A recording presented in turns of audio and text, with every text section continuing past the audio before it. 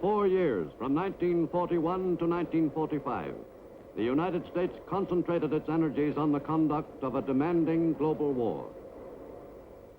The American people turned their full attention to the job of winning that war. In the Pacific Asiatic theater, U.S. fighting men pushed the enemy back to the shores of Japan itself by the summer of 1945.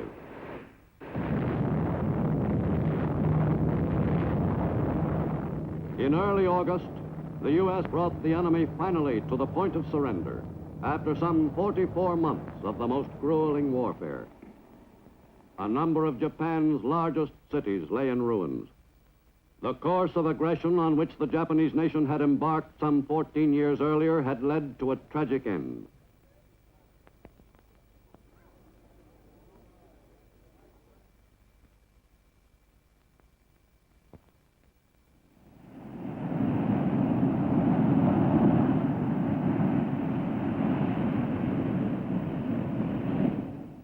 On a day most Americans will never forget, August 15th, 1945, the Third Fleet was in waters near Japan.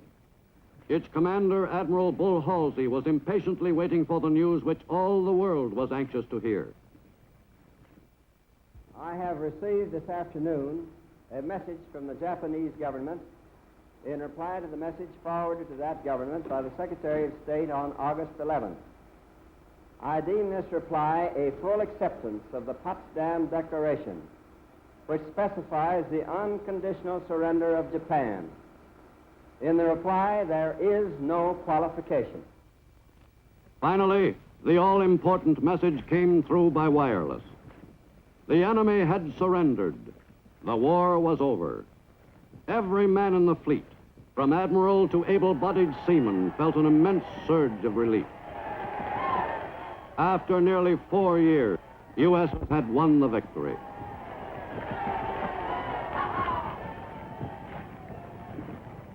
On August 30th, American troops of the 6th Marine Division landed on Japanese soil at Yokosuka Naval Base, south of Tokyo.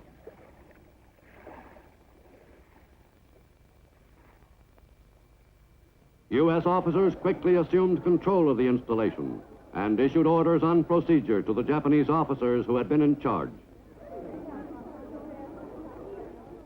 With U.S. command firmly established, the Stars and Stripes was raised over the Japanese homeland.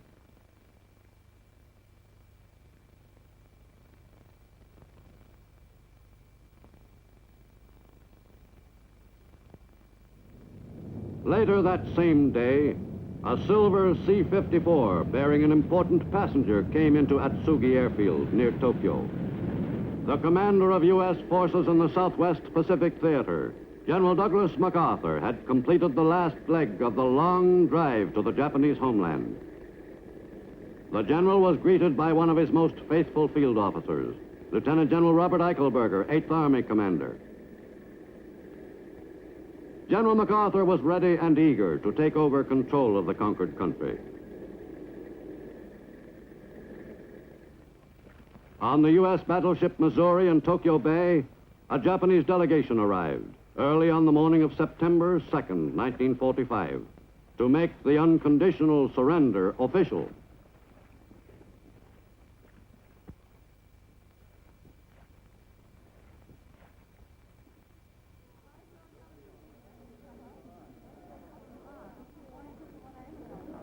The Japanese contingent faced an impressive array of Allied officers. The ceremonies were directed by the new Supreme Commander of the Allied forces in Japan, General MacArthur, who took a firm attitude toward the conquered people.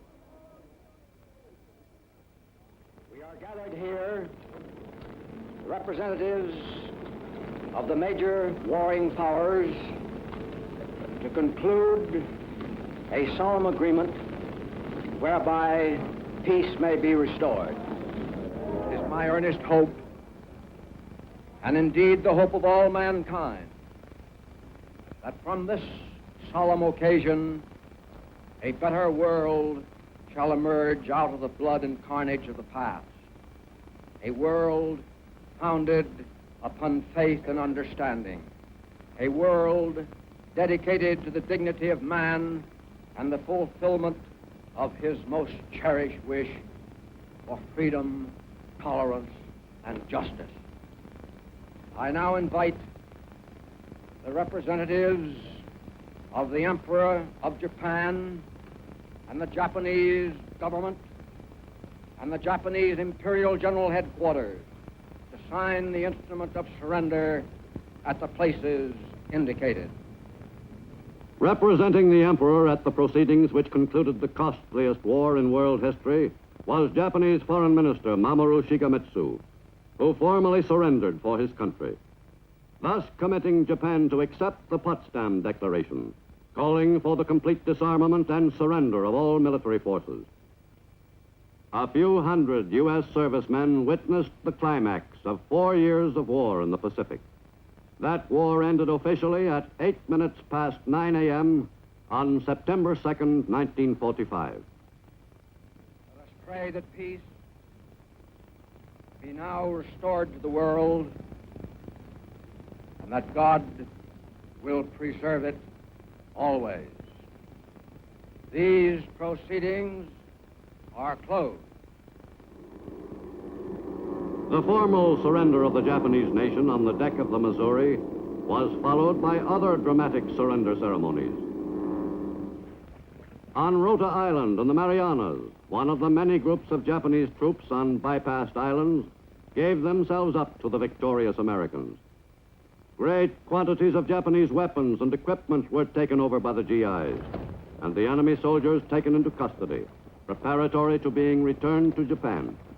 The last man off Wake Island, Colonel Walter Baylor, was the first man back. The Japanese garrison surrendered the island to U.S. forces on September 4th, 45, 3 years and 8 months after other Japanese troops had seized the island, in a battle which will live long in the memory of all Americans.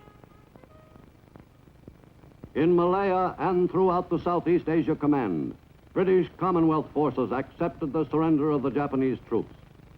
Although they conformed to the surrender protocol, many of the Japanese in this theater did not feel they had been defeated. Singapore was the setting for the principal ritual in Lord Mountbatten's command. The Union Jack flew proudly over this British colonial city, which had been beaten into submission in early 1942. In the Philippines, General Jonathan Wainwright arrived after a quick flight from Japan to accept the surrender of the Japanese forces in those islands. Forces commanded by General Tomoyuki Yamashita. The ceremony at the Philippine summer capital at Baguio in northern Luzon took just 11 minutes. The once feared Tiger of Malaya surrendered the remnants of his army in the Philippines. This was a long-awaited moment for General Wainwright, who had surrendered the Philippines 40 months earlier, and for Britain's General Percival, who had surrendered Singapore. Immediately following the brief ceremony, the Japanese commander and his party were taken away as prisoners of war.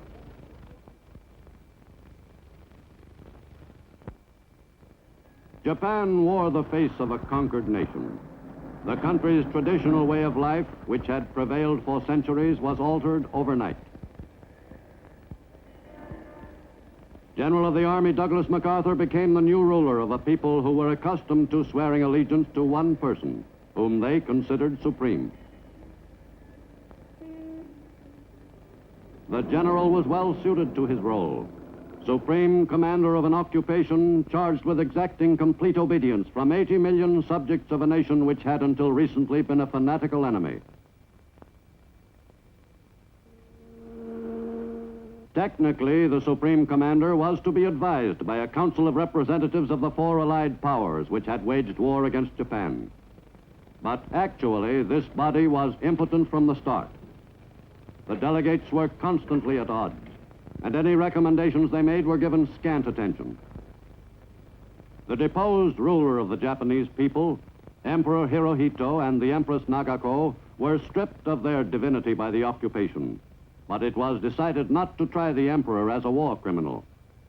With the royal authority curtailed, the emperor had more time for his study of marine biology. The sparing of the emperor, still revered by his people, proved a good political move by the occupation. But Japan's top war leaders received far different treatment.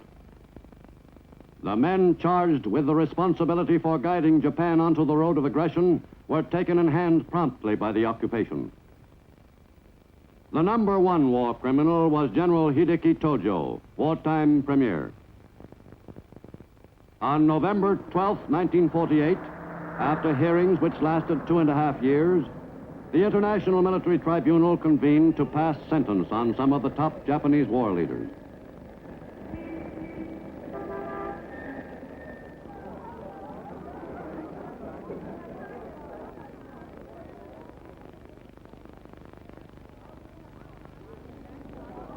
Premier Tojo was charged with the planning, preparation, initiation, and waging of aggressive war, and with violations of the laws and customs of war, and crimes against humanity.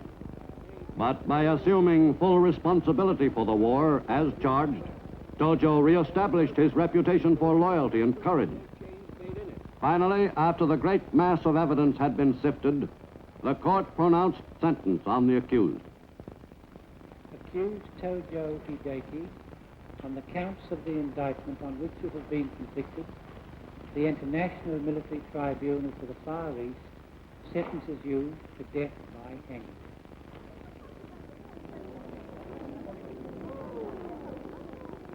The occupation's job of controlling 80 million people who had until recently hated America and Americans went smoothly. The once despised GIs were assisted by Japanese police who had been judged trustworthy. The Japanese people seemed to reconcile themselves quickly to the fact that the war was over and they had lost. The country's most immediate post-war problem was one of sustaining life, a problem Japan had in common with a number of other Asiatic lands. Nippon's 80 million people simply could not produce enough food to keep themselves alive. In the years following the end of the war, the Japanese were able to supply only about 3/4 of the food necessary for the population of the home islands, existing on a meager diet. One possible source of food expansion lay in the removal of restrictions on the permitted fishing area. The yield from the seas could conceivably be boosted above pre-war levels. Agriculturally, the situation was less flexible. The occupation had initiated a program of land reforms, which seemed a hopeful experiment. But the basic problem remained: not enough arable land, and the farmer's small income was drained by increased food and tax collections. Most Japanese, like Hiroshi Akabane, took a philosophical view of the situation. We Japanese have always been frugal people, but after the end of the war, many of our men, women, and children went hungry. Many starved during the first half year. Considering that we are a conquered nation, most of our people felt they were lucky to be still alive. Of course, our people all hoped to live better at some future time. And now that the war is over and out of the people's minds and hearts, we can work toward making our life better than it is today on our island, which we once called Mizuho no Kuni, land of plentiful rice. The American soldiers became very popular in Japan. Most of my people found them friendly and kind. There was no unhappiness in our association with them. Japan was greatly helped by their presence. The important officers of the occupation were very kind to our Japanese diplomats and businessmen, who were given much advice by those officers. With their help, Japan struggled to build a new democratic nation. The Japanese Diet convened on September 4th, 1945, for the first time since the surrender. The Diet voted in favor of bills calling for an end to many long-standing Japanese laws and customs, always following directives from the U.S. Supreme Commander's office. The new Japan's leading political figure, Premier Shigeru Yoshida, had opposed the militarist clique and was thus in high favor with the occupation. While the operation of the Japanese Diet and Cabinet gave all appearances of actively guiding the country, in actual fact, they were simply rubber stamps endorsing policies originating with the occupation. Japan's political leaders were dependent completely on occupation approval. The course of Japan's political progress was not entirely smooth. A small but active communist group operated openly. The Japanese communists were more interested in their own objectives in Japan than in relations with Moscow. Some party leaders, like Sanzo Nosaka, were denounced by Russia. The Japanese communist paper, Akahata, was eventually suspended by occupation authorities. But the party itself was never formally outlawed. It was felt that it was far wiser to permit its members to demonstrate openly than to give their movement impetus by driving it underground. But in time, the activities of the party were rigidly checked. None of the party leaders was permitted to hold political office.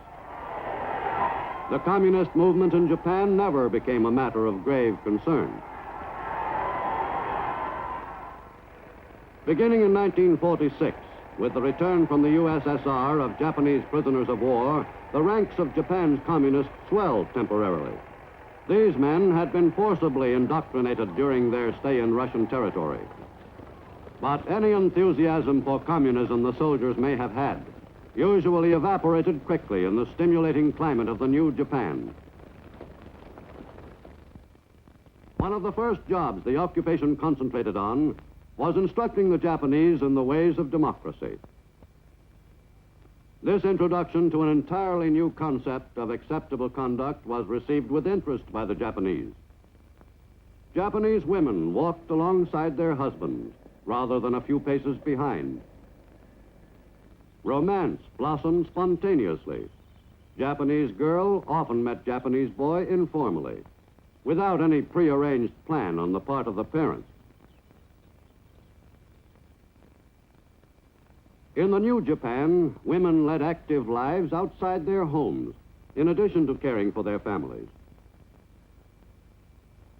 In the best American tradition, Japanese politicians campaigned for election. Although the privilege of helping select a candidate for office was still not fully appreciated by many Japanese people, they seemed to enjoy the procedure. In the new Japan, women were given the vote. Beginning in 1946, thousands of women who suddenly had political and legal rights by order of the government went to the polls. Some of the new voters cast their ballots for the same candidates their husbands backed. Some others voted exclusively for women candidates. In the first general election, women won 39 seats in the Diet.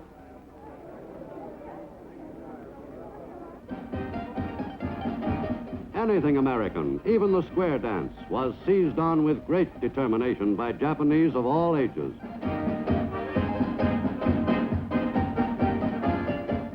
In their effort to become really democratic, the Japanese solemnly aped all the outward manifestations of American life. Concluding that coeducational schools were part of the democratic system, the Japanese made many schools coeducational. Schools for students of one sex were quickly transformed to accommodate both. From the very beginning of the occupation, the GIs themselves were the best advertisement for democracy. Overnight, the American soldiers changed in the eyes of the Japanese people. No longer were they the despised enemy. In this lightning transformation, they became the heroes of the new Japan. Japanese children grew especially fond of American soldiers. In Tokyo and other large cities, there are reminders of Americans everywhere you look. American motion pictures again became popular with the people all over Japan. There is no doubt that the Japanese were genuinely fascinated with the trappings of American civilization. But this enthusiasm for things American in no way replaced the people's devotion to their traditional culture.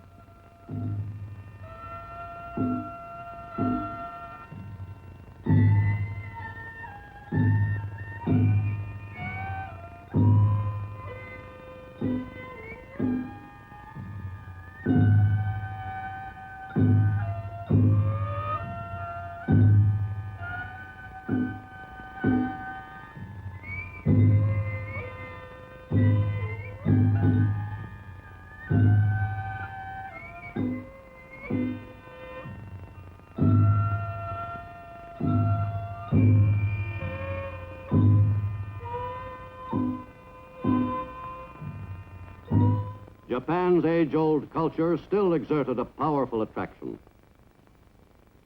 Whether democracy could be successfully superimposed over such a strong national tradition in a few short years was questionable. But certainly the impression made by the American GIs on the Japanese people will be a lasting one. For centuries, most Japanese have been ardent Buddhists, and today the majority of the population is Buddhist. In addition, many Japanese participate in Shinto, the worship of innumerable gods, modern as well as ancient. Before and during the war, the leaders of the government diverted this worship to their own purposes, the furthering of the war effort and the building up of the militarists and their program. In post-war Japan, Shinto is as strong as ever, but minus the elements of state Shintoism. In Kyoto, as in most large Japanese cities, Shinto festivals are held at various times of the year in honor of specific gods. This Gyun festival in Kyoto, Japanese cultural center, honored a god of prehistoric times.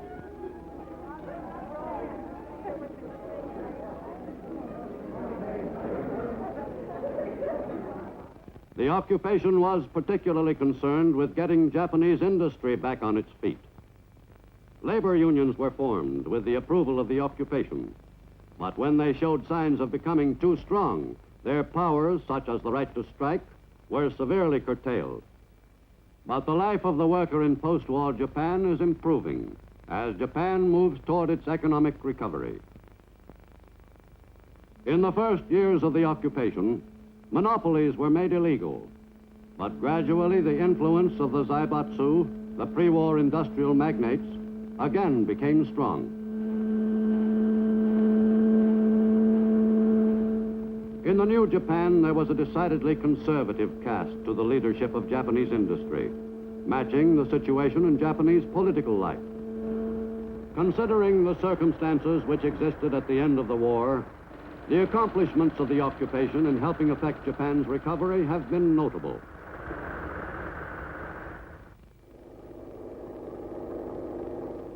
Most Americans in Japan find it hard to be sure what the Japanese people really think about democracy and the democratic institutions and habits they have acquired. It is still too early to determine whether democracy will really take root in Japan. Whatever the occupation's achievements prove ultimately to be, the U.S. has successfully transformed an enemy nation into an ally and gained the most important bastion against communism in the Far East.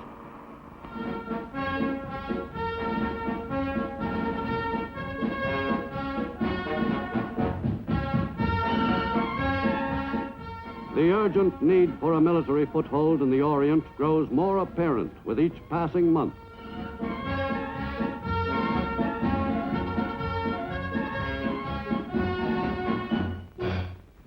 All over Eastern and Southern Asia, the end of World War II was followed by eruptions of nationalism, eruptions which the Soviet Union in some areas turned to its own purposes.